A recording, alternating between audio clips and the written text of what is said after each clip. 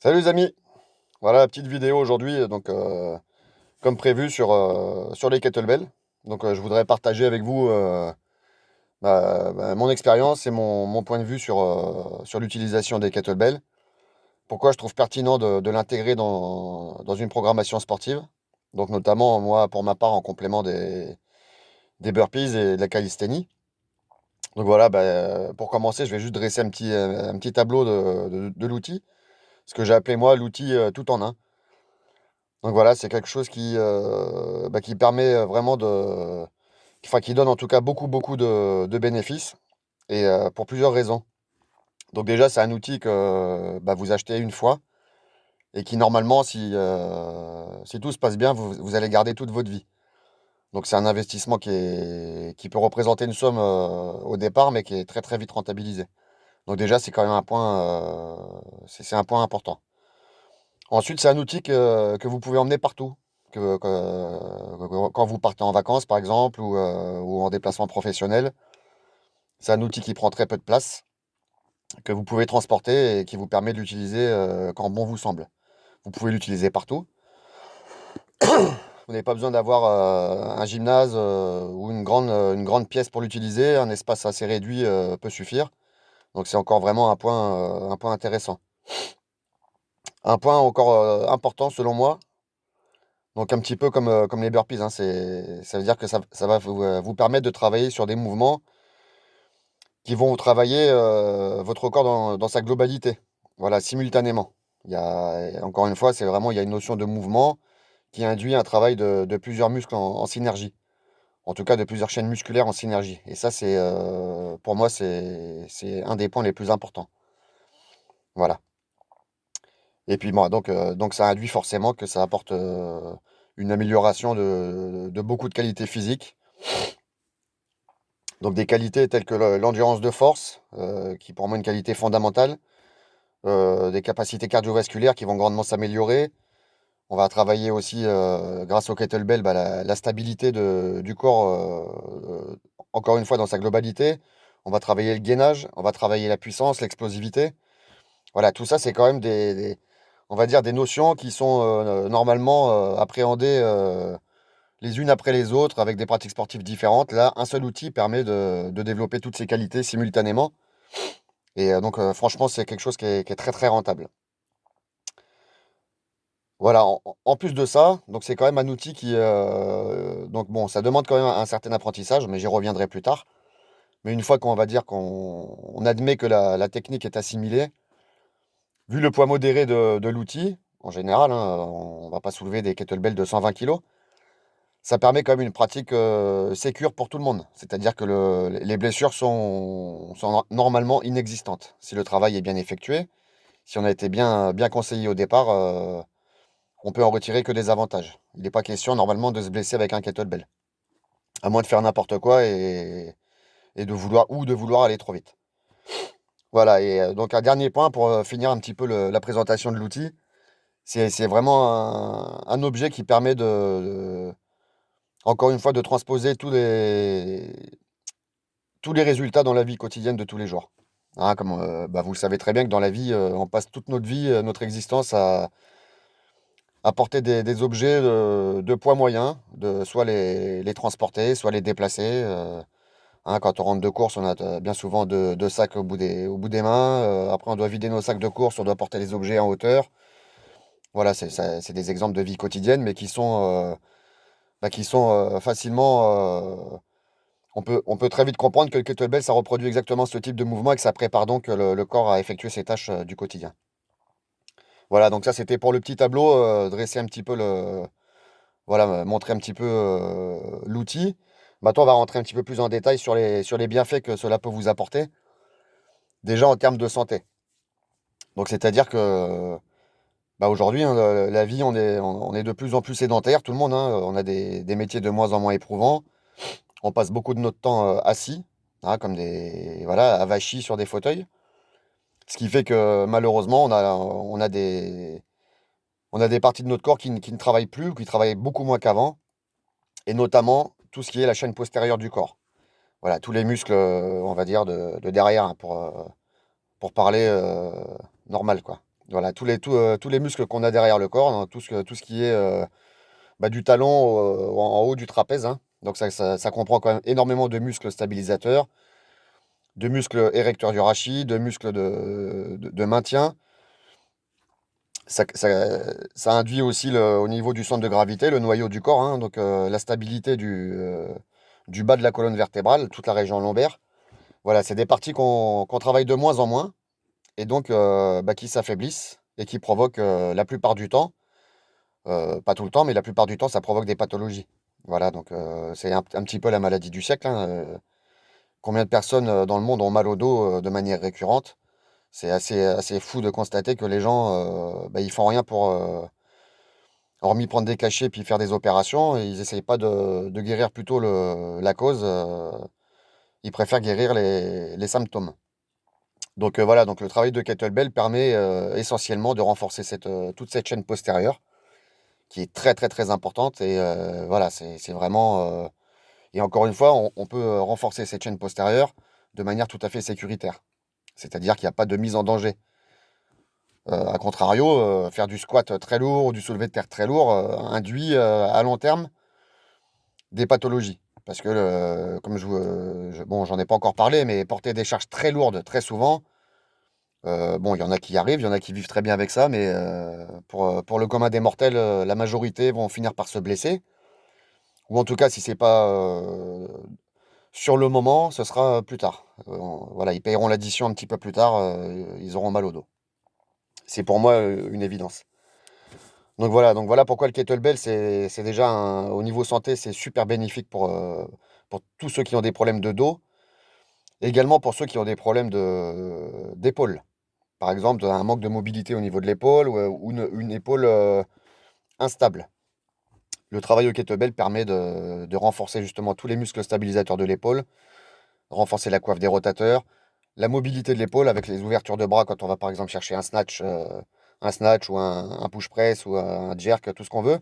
On va être obligé d'ouvrir bien l'épaule pour bien tendre le bras au-dessus de la tête. Donc ça induit forcément un travail de mobilité et de stabilité. Donc ça, c'est vraiment encore un point important et ça, tout en sachant que l'épaule, c'est aussi, enfin, c'est l'articulation la plus fragile du corps. Donc il faut en prendre soin et il faut la travailler. Travailler du développé couché ou travailler du développé halter ne va pas améliorer la santé de votre épaule. Voilà, ça c'est dit, c'est à savoir et c'est important de se pencher sur la question. Voilà, ensuite, un point important aussi, c'est que le kettlebell permet, après je pense que si vous allez sur YouTube ou même sur des sites internet, vous en entendrez parler. Il y a plusieurs façons de l'aborder. Il y en a qui vont appeler ça du hard style. Donc c'est la méthode un petit peu la plus en vogue, hein, c'est la méthode RKC de Pavel Tsatsouline. Et il y a la méthode soft style, donc celle qui induit un travail un peu plus doux, entre guillemets. Donc, du fait qu'il y a déjà plusieurs méthodes, ça veut dire qu'il y a plusieurs façons d'aborder le travail et surtout, ça peut convenir à encore plus de personnes. La méthode donc RKC, Art Style, entre guillemets, elle mise beaucoup plus sur la force, sur l'explosivité, voilà, sur un travail vraiment de force. La méthode Soft Style, elle induit quand même un travail de force, puisqu'on travaille sur l'endurance de force, donc il y a bien le terme force dedans. Mais elle suggère un travail un petit peu plus économique, un petit peu moins brutal. Et c'est, selon moi, c'est la méthode que je mets en avant en priorité, car c'est la méthode qui crée le moins de tension. Voilà, la méthode plus dure, un petit peu plus axée sur la force, du fait des mouvements qui sont pratiqués avec une très grosse force, surtout une projection vers l'avant. On casse le dos très fort pour amortir le poids à la descente. Enfin, toutes ces pratiques-là induisent des grosses tensions sur la chaîne postérieure, justement. Alors que le travail plutôt en soft style, il y a un principe d'amorti, d'absorption du mouvement, avec les ondulations, par exemple, au moment du swing, quand le poids redescend. Il y a une façon d'absorber le poids pour pas créer justement de tension supplémentaire et après de pouvoir, à l'inverse, en refaisant une ondulation, redonner de la vitesse au poids, de la puissance, en faisant travailler tout plein de muscles en même temps. Selon moi, c'est la méthode que je mettrais en avant car elle est beaucoup plus sécure et elle peut s'adapter à tout le monde. Et elle peut même s'adapter à des gens qui ont des pathologies existantes.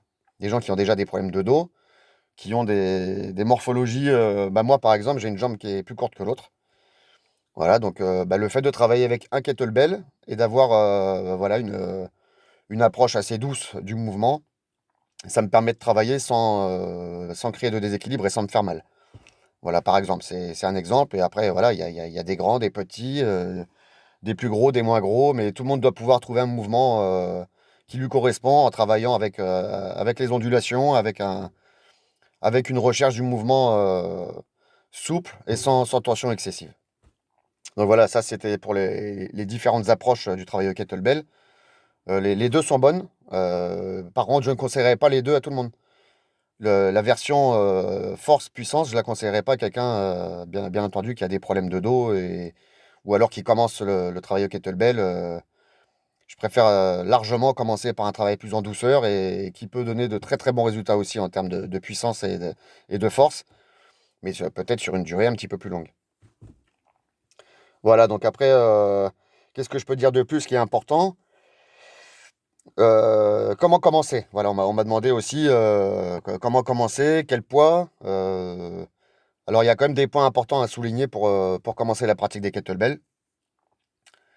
Déjà, le plus important, c'est de vous renseigner sur les différentes pratiques qui existent et de trouver des gens compétents pour vous former à l'utilisation des kettlebells.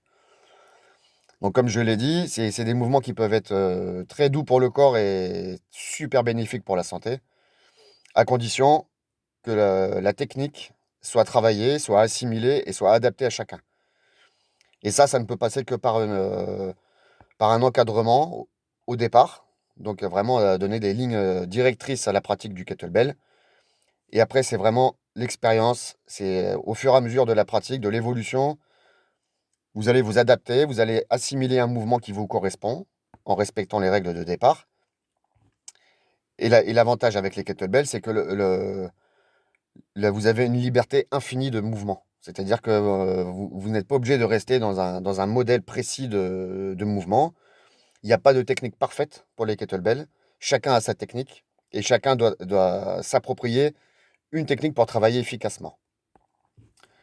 L'enjeu, il est là. L'enjeu, il est de pouvoir euh, avoir tous les avantages de l'outil sans vous blesser, en pouvant travailler longtemps, toute votre vie, et vous en retirerez que des bénéfices au final. Mais je souligne quand même le fait très important qu'il faut se former. Il faut absolument rencontrer quelqu'un qui maîtrise l'outil, qui en maîtrise les subtilités, qui saura vous dire, vous expliquer pourquoi il est préférable de mettre une ondulation, de ne pas la mettre, d'ouvrir plus les jambes, de moins vous pencher. Ou il n'y a que quelqu'un qui a pratiqué, qui a expérimenté l'outil qui pourra vous conseiller réellement sur le sujet. Voilà, ne partez pas à l'aveugle avec des poids trop lourds pour vous. La plupart du temps, c'est voué à l'échec. C'est-à-dire qu'au bout de 3 4 séances, vous aurez les mains détruites, les poignets détruits, vous aurez mal partout et vous allez arrêter. Commencez, soyez humble, mettez votre fierté de côté, commencez avec des poids relativement légers, au moins au début pour déjà habituer votre corps, votre organisme à cette pratique. C'est une pratique qui est exigeante, mais c'est surtout pour assimiler une technique efficiente pour vous, pour votre corps, pour votre morphologie, éventuellement pour vos pathologies. Prenez le temps d'apprendre, exercez-vous, et au fur et à mesure de votre pratique, vous verrez que après, vous allez vous régaler, vous allez vous éclater et vous verrez que vous allez progresser vraiment dans plein de domaines de la condition physique et c'est excellent. Voilà, c'est un outil parfait. Voilà. Et je le conseille d'ailleurs. Bon, je sais qu'il y a des amis combattants, boxeurs et tout ça qui me suivent. Faites du kettlebell, franchement, c'est au top pour les frappeurs. C'est quelque chose de. Ça rentre tout à fait dans la préparation d'un combattant.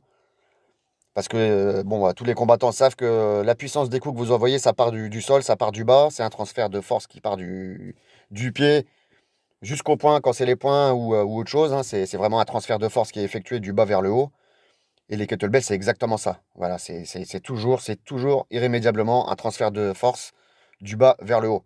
Donc pour les cogneurs, pour tout, c'est vraiment un matériel indispensable. Voilà, donc je pense que j'ai fait le tour.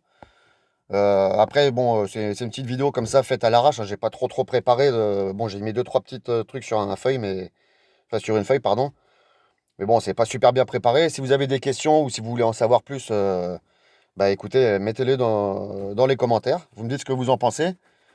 Pour ceux qui sont en France, qui souhaiteraient éventuellement découvrir l'outil, qui sont pas trop loin du sud-ouest de la France, éventuellement, je pourrais voilà, organiser peut-être une petite formation ou un atelier découverte pour ceux que ça intéresse. Éventuellement, si vous êtes dans d'autres régions, il y a des très bons formateurs en France. Donc, je vous donnerai tout ça si vous voulez. Si vous me contactez bah, par YouTube, je vous enverrai des liens ou même des adresses pour éventuellement vous former.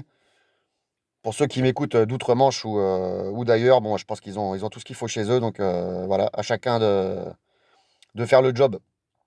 En tout cas, sachez que c'est vraiment une pratique excellente. Vous en tirerez que des bénéfices. Et accrochez-vous. Au début, c'est dur, mais après, ça tue. Salut les amis, à plus.